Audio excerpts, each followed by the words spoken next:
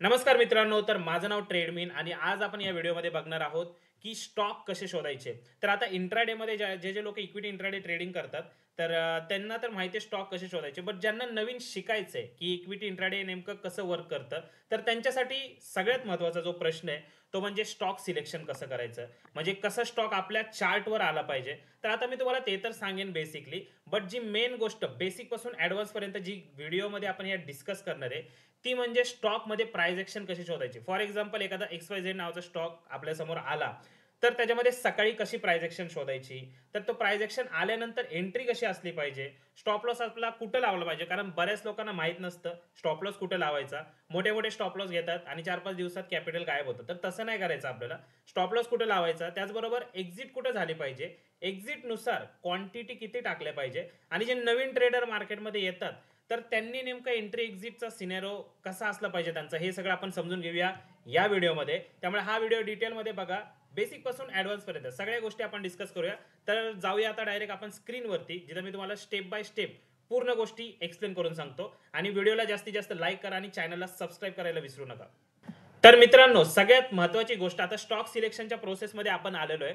तर सगळ्यात पहिल्यांदा स्टॉक कुठले शोधायचे. आता तुम्ही जर बघितलं तर जवळजवळ 5,000 पेक्षा जास्त स्टॉक NSE BSE वरती लिस्टेड आहे. आता एवढे 5,000 स्टॉक एखादा नवीन पोरगा आला तर कसा शोधणार भाऊ, बिचारा असणार तो. तर त्यासाठी काय करायचं, सगळ्यात मेन की आपल्याला पर्टिक्युलर सेगमेंट घ्यायचा आहे. म्हणजे आपल्याला असे टॉपचे स्टॉक पाहिजे ज्याच्यामध्ये मोमेंटम पण असेल, लिक्विडिटी पण असेल, आणि जेणेकरून तुम्हाला हेल्प होईल स्टॉकमध्ये डिरेक्शन पकडायला. तर सगळ्यात पहिल्यांदा काय आपल्याला मदत करेल ते म्हणजे निफ्टी फिफ्टीतले स्टॉक. आता निफ्टी फिफ्टीमध्ये तुम्हाला माहिती आहे, निफ्टी फिफ्टी याचं नाव निफ्टी फिफ्टी काय, कारण याच्यामध्ये 50 स्टॉक आहेत. तर आता हे जे 50 स्टॉक आहेत ना, याच्यामध्ये ऑटोमॅटिकली लिक्विडिटी आणि मोमेंटम असतं का, कारण निफ्टी फिफ्टीमध्ये टॉपचे 50 स्टॉक असतात. आता टॉपचे 50 स्टॉक म्हणजे कोणते, ज्यांची अर्निंग टॉप 50 मध्ये येतं असे स्टॉक असतात. तर ऑब्व्हियसली त्याच्यामध्ये लिक्विडिटी असणार आहे, व्हॉल्यूम असणार आहे, आणि त्याच्यामध्ये मुवमेंट पण चांगला असणार आहे. तर आपल्याला असे स्टॉकची लिस्ट भेटणार आहे. निफ्टी फिफ्टीचे स्टॉक आपल्याला शोधायचे.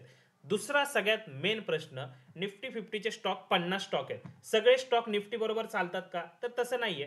फॉर एक्झाम्पल निफ्टी जर वर गेलं तर काय 40 स्टॉक वर जातील पण 10 स्टॉक खाली पण जातील ना, त्यांच्यामध्ये काहीतरी डिफरंट प्राइस ऍक्शन असू शकते. तर निफ्टी फिफ्टीचे स्टॉक घेण्यामागं एकच महत्वाचं कारण आहे, ते म्हणजे काय, निफ्टी फिफ्टी ज्या साईडला जाईल स्टॉकमध्ये पण बऱ्यापैकी त्या साईडला डिरेक्शनला मूव्ह येतो, त्यासाठी आपल्याला हे स्टॉक पाहिजेत.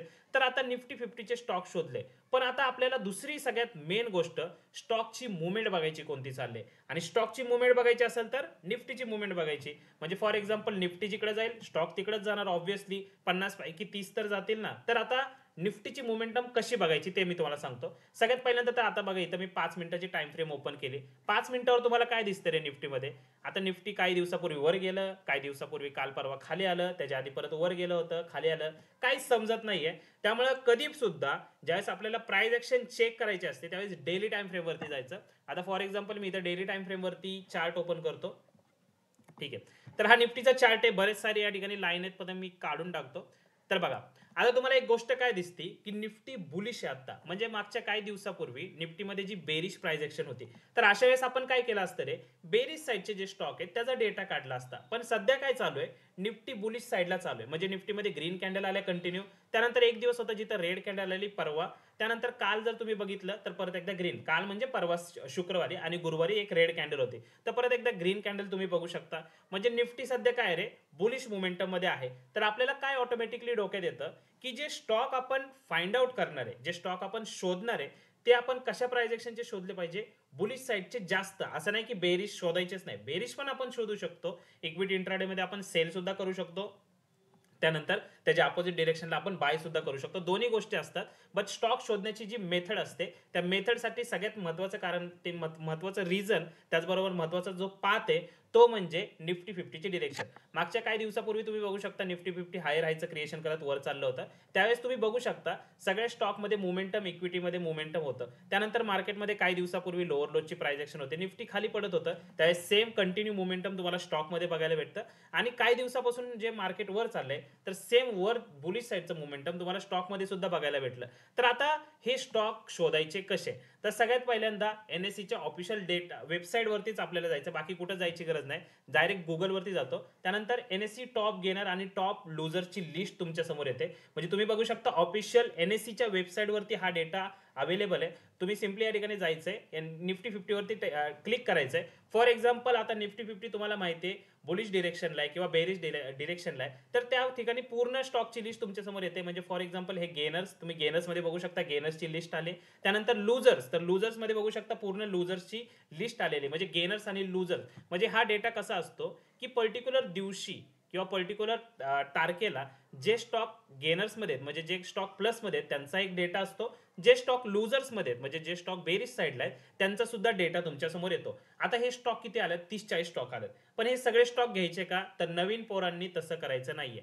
नवीन पोरांनी सिम्पली तुम्हाला सांगतो काय करायचंय, एक एक स्टॉक घ्यायचा, त्याचं पूर्णपणे अनालिसिस करायचं. आता अनालिसिस करणं म्हणजे काय असतं मी तुम्हाला फॉर एक्झाम्पल थोडक्यात सांगतो.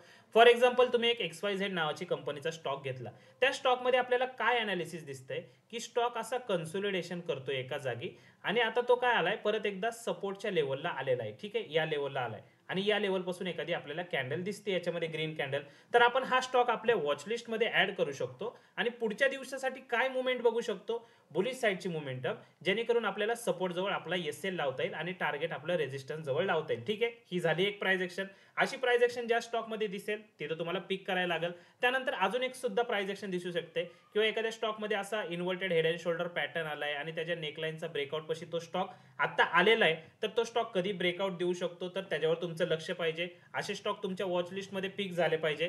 त्याचबरोबर अजून जर तुम्ही बघितलं तर समजा एखादा बॉक्स आहे, त्या बॉक्समध्ये स्टॉक कन्सोलिडेशन करतोय आणि त्यानंतर त्या बॉक्सच्या हायर साईडला म्हणजे असा एक बॉक्स आहे, त्याच्या हायर साईडला तो स्टॉक ब्रेकआउट देणारच आहे. आता ब्रेकआउट दिला तर तुमच्या वॉच लिस्ट मध्ये पाहिजे, कधी पण ब्रेकआउट देऊ शकतो. तर अशा मल्टिपल प्राइस एक्शन आहेत तुमच्या ब्रेकआउट मध्ये वॉच लिस्ट मध्ये पाहिजेत. आता कोणत्या प्राइस एक्शन नको आहेत ते सुद्धा लक्षात घ्या.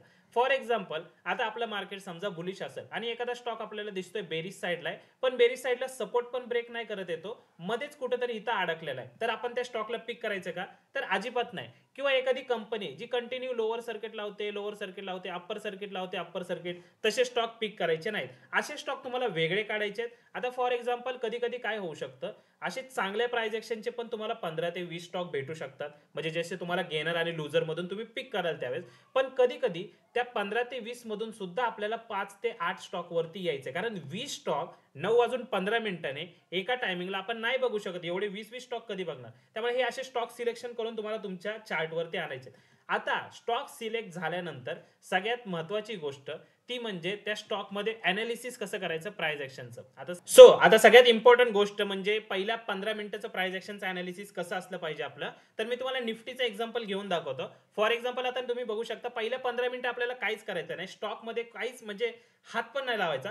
पहिले 15 मिनिटं बघायचं की निफ्टीची डिरेक्शन कोणती चालली किंवा बँक निफ्टीची डिरेक्शन. जो काही तुम्ही स्टॉक समजा बँक सिलेक्ट केली असेल तर बँक निफ्टीची प्राइस एक्शन बघा. तुम्ही एखादा निफ्टी 50 मधला स्टॉक सिलेक्ट केला असेल तर निफ्टी 50ची प्राइस एक्शन बघायची. आता फॉर एक्झाम्पल तुम्ही बघू शकता 17 ऑक्टोबरचा चार्ट आहे. 17 ऑक्टोबरच्या दिवशी तुम्हाला एक गोष्ट जाणवेल की निफ्टीने पहिले 15 मिनिटाचा हा हाय आणि हा लो ब्रेक केला. आपल्याला काय बघायचंय, त्यानंतर निफ्टी हायर साईडला जाते का लोअर साईडला, त्यानुसार स्टॉक मध्ये प्राइस एक्शन बघायचे. फॉर एक्झाम्पल इथं काय गेले, निफ्टी हायर साईडला गेले ना, मग स्टॉक मध्ये आपल्याला काय करायचं, जे स्टॉक आपण टॉप गेनर मध्ये काढलेत किंवा जे स्टॉक आपण असे काढलेत जे रेजिस्टन्सच्या ब्रेकआउट जवळ आहेत, त्या स्टॉक मध्ये पॉझिटिव्ह डिरेक्शनसाठी आपण वेट करायचा. असं नाही की आता या ठिकाणी मार्केट वरती गेलं की लगेच अंधधुंद जा स्टॉक मध्ये एंट्री वगैरे, काहीच गरज नाही. प्राइस एक्शन ज्या प्राइस एक्शन साठी आपण स्टॉक सिलेक्ट केलाय ना, फॉर एक्झाम्पल आता मी तुम्हाला एक या ठिकाणी ड्रॉइंग करूनच दाखवतो. समजा आपण XYZ नावाचा एक स्टॉक काढलाय, ठीक आहे, हा आहे तो स्टॉक. आणि त्याचबरोबर आपण निफ्टी सुद्धा बघतोय. निफ्टी आणि स्टॉक साइड बाय साइड बघायचे. निफ्टी मध्ये काय चाललंय, मार्केट हायर हायचं क्रिएशन करून असं ब्रेकआउट देऊन वर चाललंय पहिल्या 15 मिनिटानंतर. स्टॉक मध्ये सुद्धा सेम प्राइस एक्शन आहे आणि आपण जो रेजिस्टन्स मार्क केला होता स्टॉक मध्ये त्याला पण तो स्टॉक ब्रेकआउट देतोय. तर अशा वेळेस काय झालं, आपल्याला या ठिकाणी चान्स भेटू शकतो. याच्या अपोजिट जर आपल्याला अशी प्राइस एक्शन दिसत असेल की निफ्टी मध्ये जर आपल्याला लोअर लोचं क्रिएशन चालू आहे आणि जो स्टॉक आपण शोधलाय ज्याच्यामध्ये हायर हायचं क्रिएशन चालू आहे आणि तो एखाद्या रेजिस्टन्सचा ब्रेकआउट देत असेल, तर त्या ठिकाणी आपण एक गोष्ट समजून घ्यायची की निफ्टी बेरिश आहे, स्टॉक बुलिश जात असेल तर कधी सुद्धा तो स्टॉक फिरू शकतो आणि तुमचा SL करू शकतो. तर ह्या 2-3 कॉमन गोष्टी आहेत. जसं मी तुम्हाला एक पटकन रिकॅप देतो. सगळ्यात पहिल्यांदा स्टॉक कसे शोधायचे मी तुम्हाला सांगितलं. ऑफिशियल NSE च्या वेबसाईट वरती तुम्हाला टॉप गेनर्स टॉप लुजर्स दिसतील.